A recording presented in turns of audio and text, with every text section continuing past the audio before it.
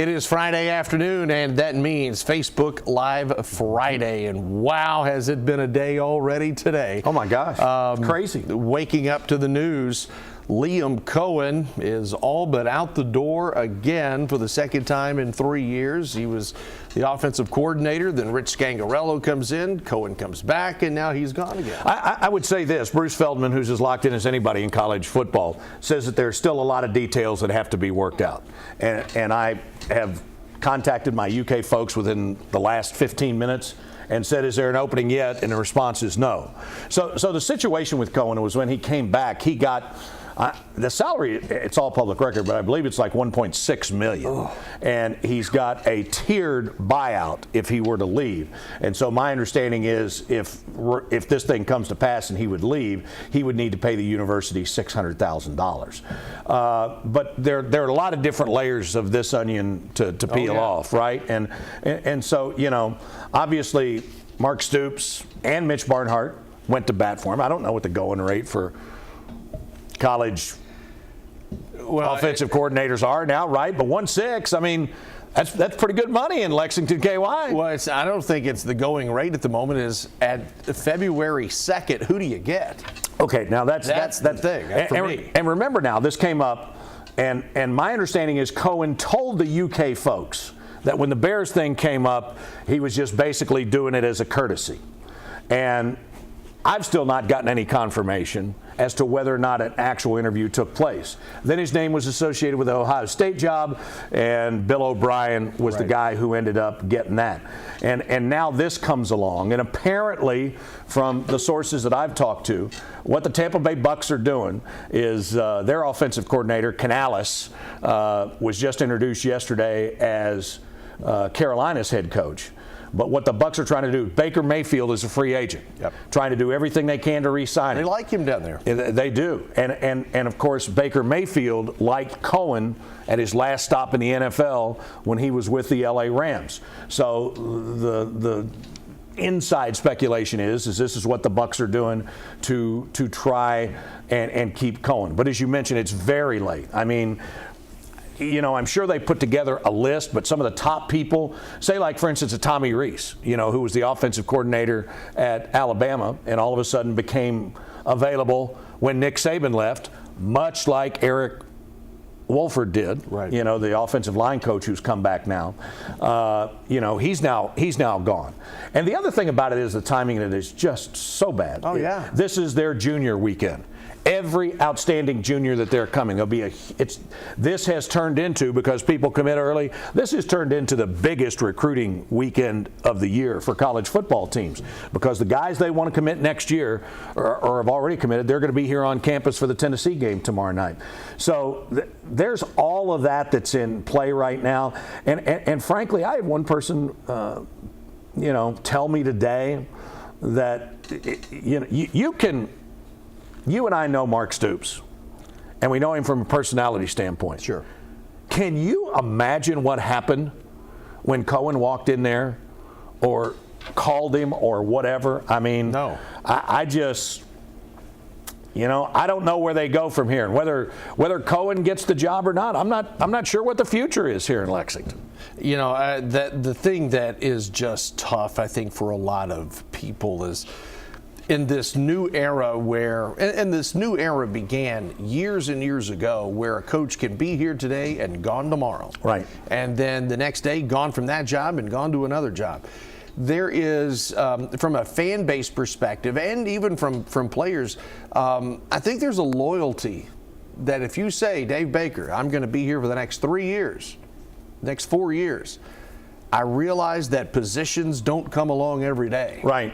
But I told you I'm going to be here, so that's what it is. That's the problem with NIL with a lot of people. And you've got your phone there, if you could. Go to Twitter and our guy Tristan Ferris's account, and he's got a tweet on there. It's the quote from Cohen back on January 12th, where he said he wanted to put down roots for a while and didn't anticipate going anywhere, yada, yada, yada. That's the kind of stuff that causes something like this not to age well. And, you know, so I'm sure Twitter has blown up today. Oh, it should have. And you know what? I couldn't understand the stuff at the beginning of the week, all the people that were upset with Eric Wolford because they didn't like the way he left the last time.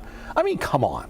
I mean, it's not a negative to Mark Stoops. You had a chance to go play to coach with Nick Saban. And now with NIL, there's no loyalty out there, and that's what the players and the people representing the players who wanted NIL, they said, here's the deal. Coaches can leave if they want. They don't have to stay, but we do. So what did he say? Here is the quote, Liam Cohen, January 12th, 2023, about after returning to Kentucky. Quote, I want to go somewhere, make a real impact, plant some roots for a little bit, be somewhere for a few years at least, that you feel really good about. I'm excited about being back in Lexington. I'm not in a rush to go anywhere. Obviously, as we all know in life, life changes pretty quick. Sure it does. Sure it does. And you know, there's been speculation. Was Mark Stoops leaving for Texas A&M? Yes. Did he all but sign, and did he go to College Station after the win against Louisville? Was that a problem? There's a trillion things you can Yes, and I thought he was okay for doing that. I'm sure the differentiation here is that he didn't do it 3 times in a matter of 3 months. That's correct. See, if you're Mark Stoops and you've put in a decade. Yes, I the have SEC's no longest tenured coach. I have no problem. If you have done your due diligence, you have resurrected a program and put it in a place for the last 7 or 8 years. You or your agent. Nobody saw coming. You or your agent took a phone call. Yeah. And whether it was his choice, their choice, whatever it was done in about 24 hours. But you also don't want to be like a Willie Taggart, who had 3 jobs in one calendar year. There you go. Yeah. A guy who, hey, it's USC, hey, Oregon, hey, so-and-so. But I will say this, and you know that Mike Archer, who was here for 2 stints as defensive coordinator at Kentucky. Love the 3-4. Absolutely. And he was with Bill Cowher for 2 stints as his linebackers coach in Pittsburgh. He and I have been friends for a number of years. And he said this years and years ago, that in some ways there is more, I don't want to use the term stability, but more family stability in the NFL. Mm-hmm. Not career stability, but like, okay, you don't have to get on the road and recruit, okay? And now recruiting ain't recruiting anymore, right? Because of the NIL stuff. You're negotiating with kids, right? But you don't have to do that. Guys come in the morning, they practice, they look at tape, everybody goes home at a normal time, except when you're in the grind of the season. And then most NFL franchises, at least the Steelers did at that time, they gave their staff it was either the entire month of June, I think it was June that they gave them off, because you're getting ready in July and then you kick it. But they got a whole month off. So if you're a college, like for instance, Stoops, I mean, that guy has literally not stopped, or anybody on this staff, since the end of the season. And so you're coming into recruiting now, then you're going right back into spring ball, and then you've still got people that'll transfer. I mean, it is a grind. And listen, nobody's feeling sorry for them. They get well compensated. But the lifestyle, as I understand it, in some cases, might be better in the NFL now. For those who, let's think about this now. Mm-hmm. 5 years now, 5 different OCs. Right, no question. You now know what Eddie Gran went through as the offensive coordinator when the quarterbacks kept dropping like flies. you know, Patrick Tolles, boom, and then Drew. Drew gets hurt. Listen, then you get Steven Johnson. Then Steven Johnson's out. Then everybody gets hurt. Lynn Bowden, get in there. He did more with duct tape. Who was the Roark kid? Matt Roark. And listen, I realize it's a difficult situation, but it's nothing to get choked up over. I mean, hold yourself together, my man. parlay, he just cost me on my parlay. But you see what he had to go through with quarterbacks, what Mark Stoops is now doing with offensive coordinator. Well, here's the other thing you don't know too. Okay, and I mean, I trust Stoops, but he would probably tell you that he went through a period of time where he tried to hold the reins a little bit too much offensively. Tubby Smith did that. And listen, no matter what profession we're in, whether it's professionally or personally, we all go ahead and we develop and evolve. And there were some questions last year, because frankly it just didn't work with Cohen last year the way it did when he was here the first time ago. And the main thing that they kept pointing to, obviously there were a ton of drop passes, but the other thing I think they got kind of caught on behind the eight ball on was that timing change. When the clock did not stop. NFL rules. And they found themselves, all of a sudden you do your own self-scout and you're not running nearly as many plays as you had. And so who knows what that, who knows? There was the medical situation that happened, if you remember, where Cohen was out. Oh, yeah. On a Sunday. And he was out, literally out. He was on the ground, and there was, that's why he stayed up in the press box a lot this year. They wanted to keep an eye on him, just in case. And he talked about it in post-game interviews. How you feeling? He's like, he got a second chance. I'm not saying it was Walt Wells' second chance, but it was scary enough to reevaluate a lot of situations. Kids, you cannot live on Red Bull and stuff alone. I'm not saying that's what happened. Unless you're Ed Orgeron. Go Tigers. Do you remember that when he was at Tennessee? One of the first things he did was he brought in a Red Bull cooler, and one of the great pictures when he was there with Kiffin was right after they got run. Or Kiffin left, then they were rolling out the Red Bull cooler. One Ed Orgeron story. LSU comes to Kentucky, 3 years ago? 4 years ago, something like that.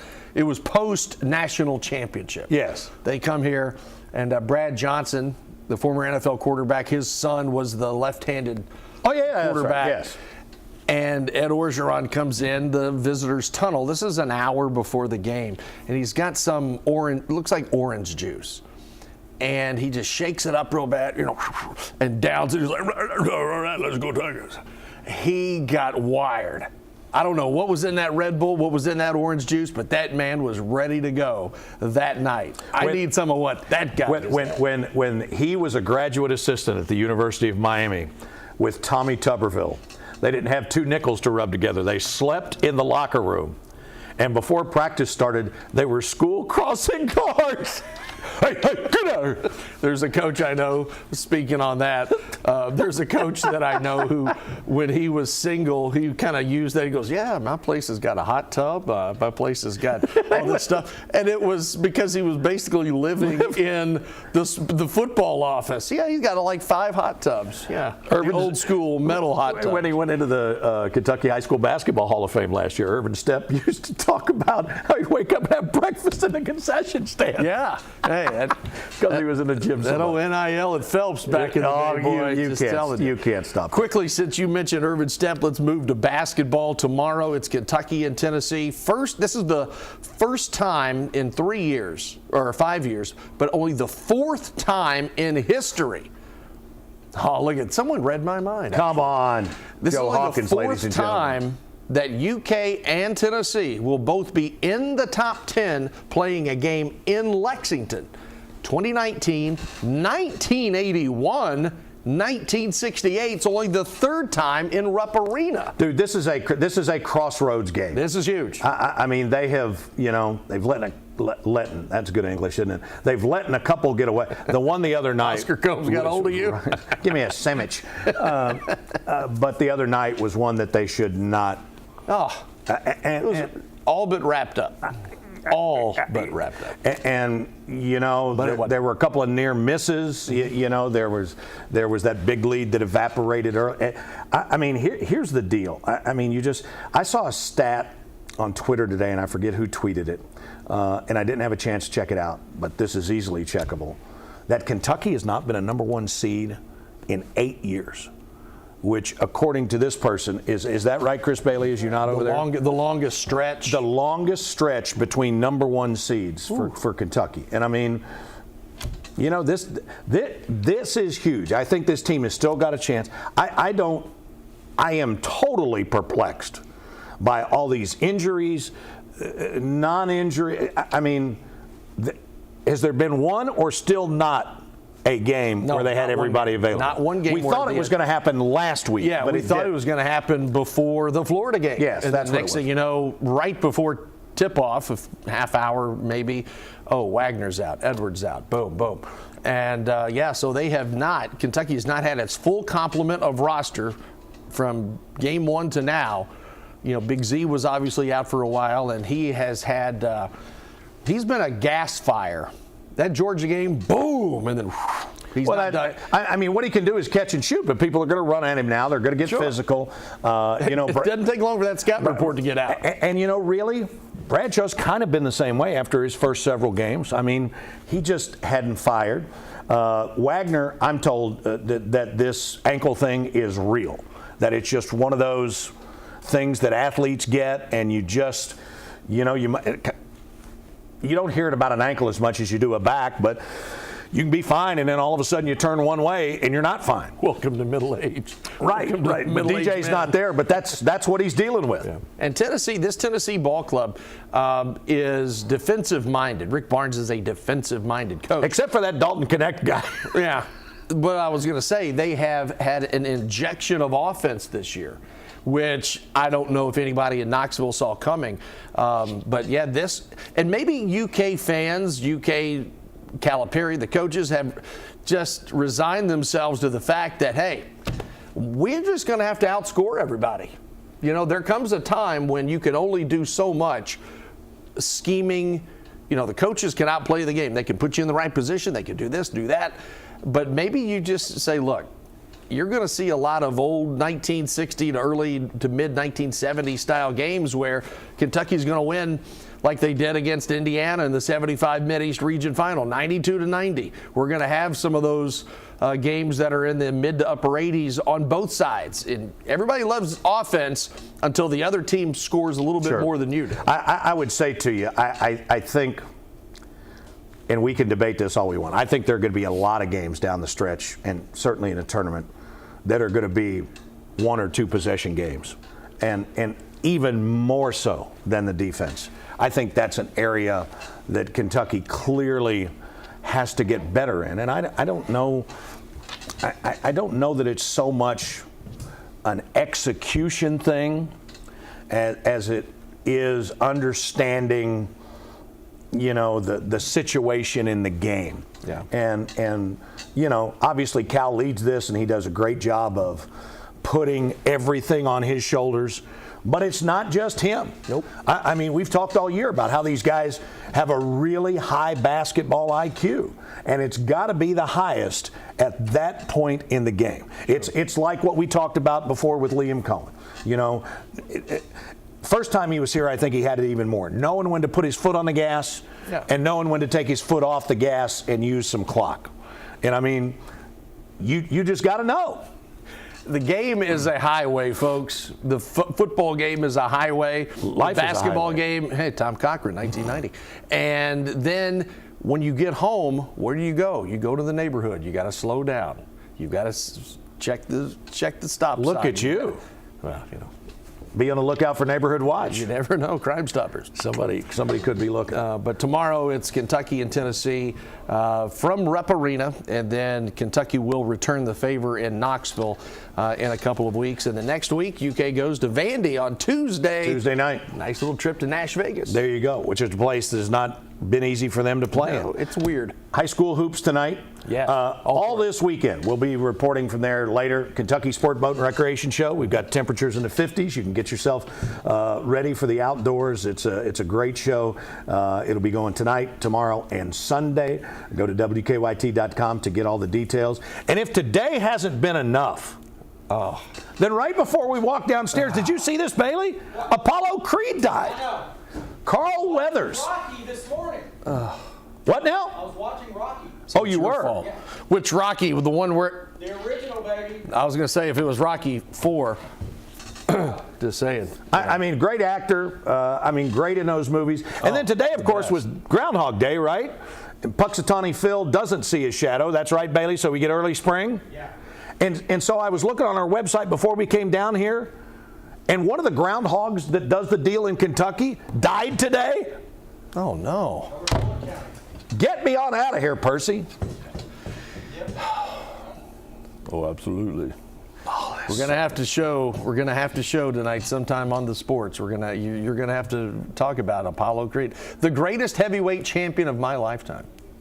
I just don't think you could ever see a better entrance. Look at the man dance. I mean, that's Ali, right? And then then after he passed, then Stallone boxed in the Apollo trunks, right? Yeah. That's right. But I mean, I don't think there's ever been a better entrance in boxing than the one that was scripted for him when he came in, like on for the bout in Philadelphia. Oh yeah, living in America. And let's not forget, Carl Weathers played for the Oakland Raiders back in the day. He doggone sure did. That's right. Did. He was a Raider. And once a Raider, always a Raider. Just win, baby, win. We're going to get out of here and get back to work. Thank you for joining us. Hope you enjoy your start to the weekend. And we will see you at Rupp Arena tomorrow. And if not, have fun watching the game. It should be a good one. We'll see you next time.